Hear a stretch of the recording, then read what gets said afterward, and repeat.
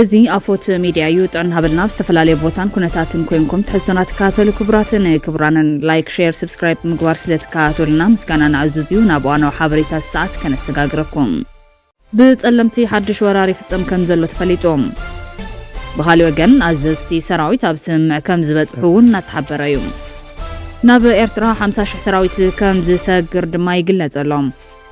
ኣብ ወፍሪ ዕደና ማዕድን ብዘጋጥም ሓደጋ ብዙሓት ሙማቶም እናተገለጸ እዩ ነዚኣቶምን ካልኦት ተገደስቲ ዝበልናይ ምዕባለታትን እንሆም ብቀዳምነት ቢሮ ትምህርቲ ትግራይ ኣስታት 30,300 ተምሃሮ 12 ክፍሊ ሃገራዊ መልክዕ ፈተና ይወስዱ ከም ዘለዎ ፍሊጦም እቲ ፈተና ዩኒቨርሲቲ መቐለ ሓላፊት ቢሮ ዶክተር ኪሮስ ጉዕሽ ምስ ፕሬዝደንት ጊዜያዊ ምሕዳር ትግራይ ሌተናል ጀነራል ታደሰ ወረደ ብምዃን ብዕሊ ኣጀሚሮም ኣለዉ ፕሬዝደንት ጊዜያዊ ምሕዳር ትግራይ ሌተናል ጀነራል ታደሰ ወረደ ድሕሪ ምጅማር ሃገራዊ ፈተና ብዝሕለፈዎ መልእኽቲ ብዙሕ ፈተናታት ሰጊሮም ንፈተና ንዝተቐመጡ ተፈተንቲ ሰናይ ዕድል ተመንዮም እቶም ተምሃሮ ብሰንኪ ኩናት ጽንተት ናይ ትምህርቲ እዋኖም ከም ዝተጓተተ ዘዘኻኸሩ እቶም ፕሬዝደንት ጸገማት ተጻዊሮም ንፈተና ከቐመጡ ንዘብቅዕዎም ወለድን መምሃራንን ዘለዎም ንኣዳውን ገሊጾም ኣለዎም እቶም ፕሬዝደንት ኣብ ትምህርቲ ዘሎ ጸገም ንምፍታሕ ስራሕ ከም ዘድሊ ድማ ኣመላኺቶም ሃገራዊ ፈተና 12 ክፍሊ ብዕሊ ከም ዝጀመረ ዝገለጹ ሓላፊ ቢሮ ትምህርቲ ትግራይ ዶክተር ኪሮስ ጉዕሽ ጊዜያዊ ምሕዳር ትግራይ ኣብ ዘመሓደረን ወረዳታት ትግራይ ኣብ 246 ከላይ ብርኪ ኣብያተ ትምህርቶም ክከታተሉ ዝሓገዩ 36,300 ተምሃሮ 12 ክፍሊ ሎሚ ኣብ 4 ኣብ ትግራይ ዝርከባ ዩኒቨርሲቲታት እቲ ፈተና ይወሃብ ከም ዘሎ ገሊጾም እቲ ፈተና ብወረቐትን ኦንላይንን ይወሃብ ከም ዘለውን ሓቢሮም እዮም 140 ተምሃሮ ድማ ዘዋደው ትግራይ ብሰንኪ ስደትን ካልኦት ጸገማትን ንፈተና ከም ዘይቀረቡ ተገሊጹሎም ጉዳያት ኮሙኒኬሽን ከተማ ማንጮው ንድምፂ ወያነ ትግራይ ኣብ ዝለኣኹ ሓበሬታ ሎሚ ኣብ ዝተጀመረ ሃገራዊ ፈተና 12 ክፍሊ 1,158 ተምሃሮ ተፈጥሮ ሳይንስ ኣብ ዩኒቨርሲቲ ራያ ፈተና ከም ዝጀመሩ ገሊጾም ጠማቲ ትምህርቲ ዞባ መምህር ሰማን ሞላ ከም ዝበልዎ ኣብዚ ዓመት ትምህርቶም ክከታተሉ ካብ ዝጸንሑ 582 ደቂ ኣንስትዮ ዝርከቦም 1,309 ተምሃሮ ተፈጥሮ ሳይንስ እቶም 140 ብዝተፈላለዩ ምኽንያታት ንፈተና ከም ዘይቀረቡን ካብኣቶም እቶም 21 ብምኽንያት ዘይሕጋዊ ስደት ምዃኑን ገሊጾም ካብቶም ሎሚ ንፈተና ዝቐረቡ እቶም 668 ብበይነ መረብ ዝፍተኑ ምዃኖም ዝተገለጸ ኮይኑ ኣብ ዩኒቨርሲቲ ራያ ኣጠቓቕማ ኮምፒተር ክከታተሉ ምጽንሖም መምህር ሰማን ሞላ ገሊጾም ኣለዉ ኣብቲ ካብ ሎሚ ጀሚሩ ክሳብ 8 ሐምለ 2017 ዓ.ም ዝውሃብ ሃገራዊ ፈተና ብትዞባ ብማሕበራውን ተፈጥራውን ሳይንስ 3,354 ተምሃሮ ክፍተኑ ትጽቢት ከም ዝግበር መምህር ሰማን ሓቢሮም ክብል ጉዳያት ኮሙኒኬሽን ከተማ ማንጮው ይጸብጽቡ ዘሎ ብኻልእ ሓበሬታ ሓይሊ ፌደራል ኣብ ጸለምቲ ወራሪ ፍጽም ከም ዘሎ ተገሊጹ ፌደራል ፖሊስ ብዕለት 21 ሰነ 2017 ዓ.ም ሰዓት 12 ናይ ኣጋምሸት ኣብ ቤት ማዘጋጃ ዝነበረ ሓጺን መጺን ሓንቲ ሞተር ሳይክል 16 ኮምፒተር ናይ መንግስቲ ዝርከቦ ብክልተ ኤፍኤስአር መኻይን ጽዒኑ ከም ዝወሰዱ ተፈሊጡሎም ትማል ዕለት 22 ሰነ 2017 ዓ.ም እውን ካብ ጣዋይ ማዓይኒ መፈልፈሊ ንከተማ ዲማ ብልዕሊ 18 መኪና ቁርጽራጽ ሓጺን መጺን ወይ ድማ ቆራሌ ጽዒነን ንኣንፈት ክልል ኣምሓራ ከይደን ኣለዋ ዋና ተዋሳኢ ድማ ሰራዊት ኢትዮጵያ ኮይኑ ኣብ ከተማ ማይ ጸብር እውን ኣብ ዓዲ ሓረሽ ዝበሃል ማዓስከር ናይ ኤርትራውያን መዕቆብ ዝነበረ መንበሪ ቆርቆሮ ሓጻዊንን እናጻዕኑ ይወስድዎ ከም ዘለው ተሓቢሩሎ ብሓፈሻ ንብረት ህዝብን መንግስትን ወረዳ ጸለምትን ከተማ ማይ ጸብርን ኣብቲ ከባቢ ዘሎ ወረርቲ ሓይልታትን ሰራዊት ኢትዮጵያን ይውረር ኣሎ ኣብቲ ቦታ ዝርከቡ ኣዘዝቲ ሰራዊት መብዛሕትኦም ኣምሓሩን ደገፍቶምን ምዃኖም ይፍለጥ እዩ ሕዚ ኣብቲ ከባቢ ዝነበረት መበል 64 ክፍለ ጦር ብ24 ክፍለ ጦር ትቕየረላ ንብረት ድማ ተጻዒኑ ይውሰደሎ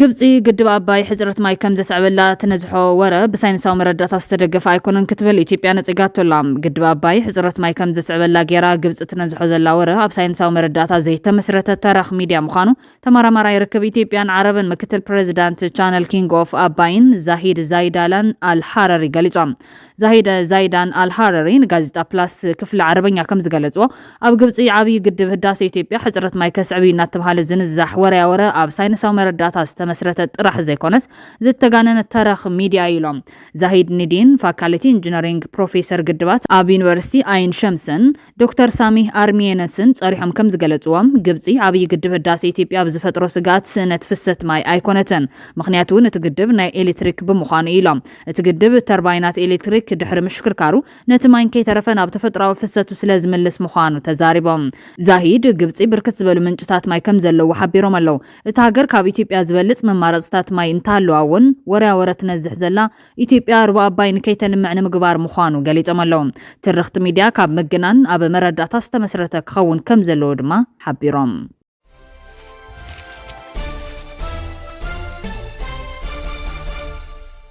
50,000 ሰራዊትን ኤርትራ ከም ዝሰግር ተገሊጾም ኣብ ሱዳን ኣብ ዝካየድ ዘሎ ኩናት ሕድሕድ ብዙሓት ጎረባብቲ ሃገራት ብሓደ ወገን ይኹን በቲ ካሊእ ወገን ኢደን የእትዋ ከም ዘለዋ ዝፍለጥ ኮይኖም ሓደ መሐመድ አጃኮሚ ዝተባሃለ መራሒ ሓይልታት ሰሜን ሱዳን ፕረዚደንት ኤርትራ ኢሳያስ አፈወርቂ ሃገር ወታደራት ኣብ ምስልጣን ክትሕግዞም ቃል ከም ዝኣተወትሎም ተዛሪቦም ንሱ ንሓንቲ ኣብ ሱዳን እትሕተም ኣሱዳኒት ትብል ጋዜጣ ብ27 ሰነ ኣብ ዝሃቦ ቃል ነቲ ንሱ ዝውክሎ ዞባ ሰሜን ሱዳን ካብ ስጋታት ሓይልታት ዳዕመል ሰሪዕ ንምክልኻል ዘኽእሎም ክሳብ 50,000 ዝበፅሑ ተቓለስቲ ወታደራዊ ታዕሊም ብምሃብ ኤርትራ ክትድግፎም እቲ ፕረዚደንት ከምዝ ተመጻብዕሎም ኣፍሊጡሎም እቶም ኣብ ኩናት ተጸሚዶም ዘለዉ ሰራዊት ሱዳንን ሓይልታት ዳዕመል ሰሪዕን ኣብ ወታደራዊ ሓገዝ ወፃኢ ሃገራት ዝምርኮሱ ምዃኖም ይንገሩ እዮም ሰራዊት ሱዳን ካብ ሃገራት ግብፂ ሩስያ ኢራን ቱርክን ኤርትራን ሓገዝ ከም ዝረከብ ይመን ዳዕመል ሰሪዕ ድማ ብቐንዱ ካብ ኢማራት ዓረብ ቻድ ደቡብ ሱዳንን ኬንያን ሓገዝ ከም ዝረክብ ሓበሬታታት የመላኽቱ እዮም ጸብጻባት ከም ዝሕብርዎ ሰራዊት ሱዳን በቐጥታ ካብ ግብፂ ወታደራዊ ሓገዝ ኣጽዋራት ስልጠናን ይረክብ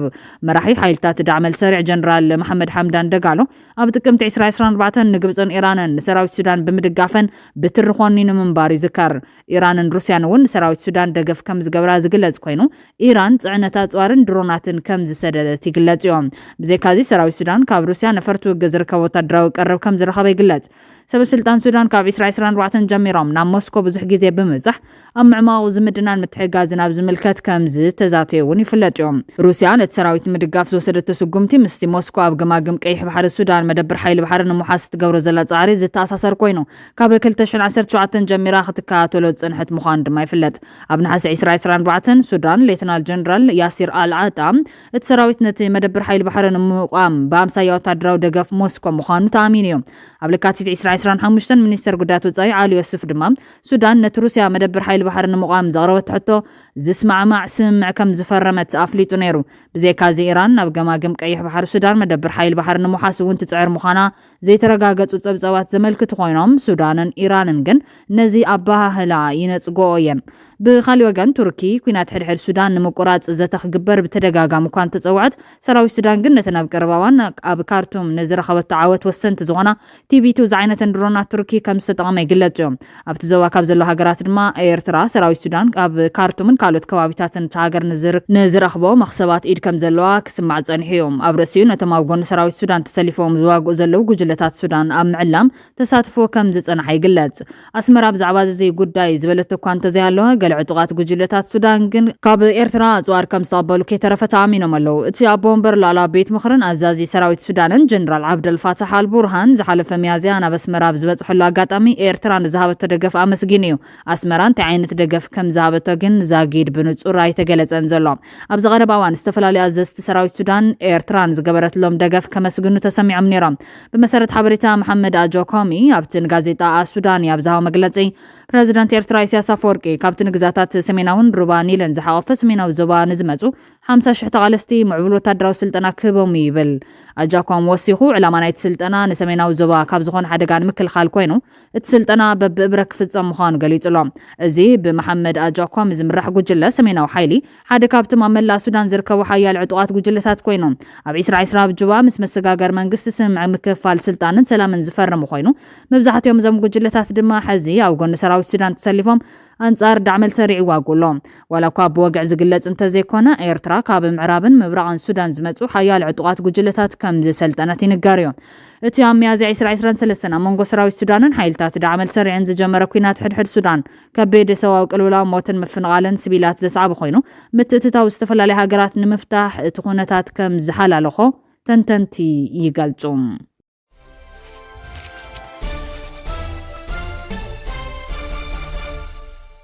ኣብ ሱዳን ኣብ መውፅኢ ማዕድን ወርቂ ብዝበጽሐ ሓደጋ ህይወት 50 ሰባት ሓሊፎም ኣብ ሰሜናዊ ምብራቕ ሱዳን ኣብ ቦታ ኳዕቲ ማዕድን ወርቂ ብዝበጽሐ ናይ ምድር ማስ ሓደጋ እንተናእሰ 57 ሞቶም ናይ ውሽጢ ሃገር መራኸብቲ ሓፋሽ ጸብጺበን ኣለዋ። እቲ ሓደጋ ምድሪ ማስ ኣብ ግዛት ሩባ ናይል ኣብ ከባቢ በረኻ ሃዋይድ ከም ዝተፈጠረ ጋዜጣት ሃገር አልራኮባ ጸብጺቦም። እቲ ሓደጋ ካብ ቁጽሮ ጻይ ኣብ ዝኾነ ብስራሕቲ ማዕድን ምውጻእ ዝፍለጥ ቦታ እናሰርሑ ኣብ ልዕሊ ዝነበሩ ሰባት ልዑል መጠን ዘለዎ ሓሸዋን እምንን ብምውዳቑ ዝበጽሐ ምዃኑ ተሓቢሮም። ነፍሲ ዘድሕኑ ማሽናት ብዘይ ምንባሮም እቲ ህይወት ናይ ምድሓን ጻዕሪ ብልዑል ደረጃ ዝተኣጓጎለ እንትኸውን ዝሰልጠኑ ጉጅለታት ምድሓን ነፍሲ ብዘይ ምህላዎም ኣስከሬናት ካብቲ ፍርስራስ ናይ ምውጻእ ኸይዲ ግዜ ሙሳዱ ኣብቲ ቦታ ዝነበሩ ሰባት ተዛሪቦም እዮም። ብኻሊእ ዜና ዋና ዳይሬክተር ዩኒሴፍ ዶብ ሱዳን ኣቋሪጾም ምስ ዝተፈናቐሉ 700,000 ህጻናት ተረኺበን። ዋና ዳይሬክተር ዩኒሴፍ ካትሪን ራሰል ኣብ ሱዳን ዝተፈጠረ ጎንፂ ስዒቡ ዶብ ኣቋሪጾም ምስ ዝተፈናቐሉ 700,000 ህጻናት ተረኺበን። ኣብ ሱዳን ብኣቆጻጽራ ኣውሮፓውያን 2023 ጎንፂ ካብ ዝጀመረሉ ግዜ ጀሚሩ ልዕሊ 2 ሚልዮን ህጻናት ተሰዲዶም ኣለዉ። እተን ዋና ዳይሬክተር ኣብ ቻድ ንዝገበርኦ ናይ 3 መዓልታት ልእኽቶ ዝዛዘማ እንትኸውን ኣብ ምብራቕ ክፋልት ሃገር ኣብ ልዕሊ ህጻናት እናበጽሐ ዝርከብ ቀውሲ ደው ክብል ከም ዝግባእ ተሓሳሲበን። ቁጽሪ ብጎንፂ ሱዳን ዝተመዛበሉ ህጻናት ልዕሊ 2 ሚልዮን ዝበጽሐ እንትኸውን እዚ ኣሃዝ ብኣቆጻጽራ ኣውሮፓውያን ኣብ 2023 ጎንፂ ካብ ዝጀመረሉ ግዜ ጀሚሩ ናብ ምብራቕ ቻድ ንዝተሳገሩ ልዕሊ 700,000 ህጻናት ዘካተተ እዩ። እተን ዋና ዳይሬክተር እቲ ጉዳይ ኣተሓሳሳቢ ምዃኑ ብምርዳእ ኣብ ስደት ንዝርከቡ ህጻናት ጎብኔን ኣለዋ። ብኣማይ ተሽሓት ዝቑጸሩን ናብ ጸገም ዝተሳጥሑን ህጻናት ብምኽንያት እቲ ኩናት ናብ ቻድ ንዝሃድሙን ስደተኛታት ኣድላይ ግልጋሎት ምብጻሕ ግቦ ምዃኑ ተዛሪበን ኣለዋ። እቶም ስደተኛታት ቅትለት ኣገዲድካ ምዕማፅን ገዛ ምቅጻልን ዝኣመሰሉ ዝዝግንኑ ትዝታታት ከም ዘለዎም ዝገለጻተን ዋና ዳይሬክተር ብኣማይ ተሽሓት ዝቑጸሩ ስደተኛታት ብምቕባል ንዝተጨናንቐት መዳውቲ ከተማ ኣድሪ ኣብ ዝጎበናያሉ ግዜ ድማ ጾታ መሰረት ዝገበረ ጥቕዓት ዝበጽሖም ስደተኛታት ግልጋሎት ዝረኽብሉ ማእኸል ተዘዋዊረን ተዓዚበን ኣለዋ። እዚ ከምዚ ኢሉ ንሃለዎም ኢራን ሰላማዊት ክትከውን እንተኽኢላ ዝተገበራ ማዕቐብ ክለዓል ይኽእል ኢሎም ፕረዚደንት ዶናልድ ትራምፕ። ኢራን ሰላማዊት ክትከውን እንተኽኢላ ዝተገበረላ ማዕቐብ ክለዓል ከም ዝኽእል ፕረዚደንት ኣሜሪካ ዶናልድ ትራምፕ እዮም ተዛሪቦም ዘለዉ። ትራምፕ ኢራን ሰላማዊ ባህር እንተርያን ምስ ዋሽንግተን ንምትሕባር ፈቃደኛ እንተኮይናን ኣብ ልዕሊ ኢራን ዝተገበረ ማዕቐብ ከልዕልዎ ከም ዝኽእሉ ገሊጾም ኣለዉ። ትራምፕ ምስ ፎክስ ኒውስ ኣብ ዝነበሮም ቃለ መሕትት ኢራናውያን ሰላማዊ ክኾኑ እንተኽኢሎምን ምሳና እንተተሓባቢሮምን ዝኾነ ዓይነት ጉዳት ኣይበጽሖምን ኢሎም ኣለዉ። ነቲ ማዕቐብ እውን ከልዕሎ እየ ዝበሉ እቶም ፕሬዚደንት እፎይታ ማዕቐብ ንቴሄራን ዓብዪ ለውጢ ከም ዘምጽእ ተዛሪቦም ኣለዉ። ናይ ትራምፕ ማዕቐብ ክነልዕል ኢና ዝብል ሓሳብ መራሒ ኢራን ዋሽንግተን ኣብ ዒላማታት ኢራን ደጊማ መጥቃዕትን ተብጽሓ ወታደራዊ ከባቢታት ኣሜሪካ ከም ዘጥቅዑ ድሕሪ ምዝራቦም ዝተዋሃበ ርእቶ እዩ። ትራምፕ ኣሜሪካ ትካላት ኒውክለር ኢራን ቅድሚ ምውቃዓ ኢራን ዝማዕበለ ዩራኒየም መውፅያ ዝብል መረዳእታ ውድቂ ዝገበሩ እንትኸውን ኣሜሪካ ቅድሚ እቲ መጥቃዕቲ ብዙሕ መተሓሳሰቢ ኣይሃበትን በዚ እውን ከቢድን ሓደገኛን ጉዳት በጽሒ ምባሎም ኣናዶልን ሚድል ኢስት ሞኒተርን እዮም ጸብጺቦም ዘለዉ። ክቡራትን ክቡራንን ቤተሰብ ኣፎት ሚድያ ንሳት ዜና ባኹም ከነብሎም ዝሓዝናዮም ሓፀርቲ ዋናዊ ዛዕባታት ኣቕሪብና ከም ቤትና ንሰናይ ምክትታልኩም ኣዝና ነመስግን። ላይክ፣ ሼር፣ ሰብስክራይብ ምግባር ቤተሰብ ኣፎት ሚድያ ኹኑ። ሰናይ ገዛ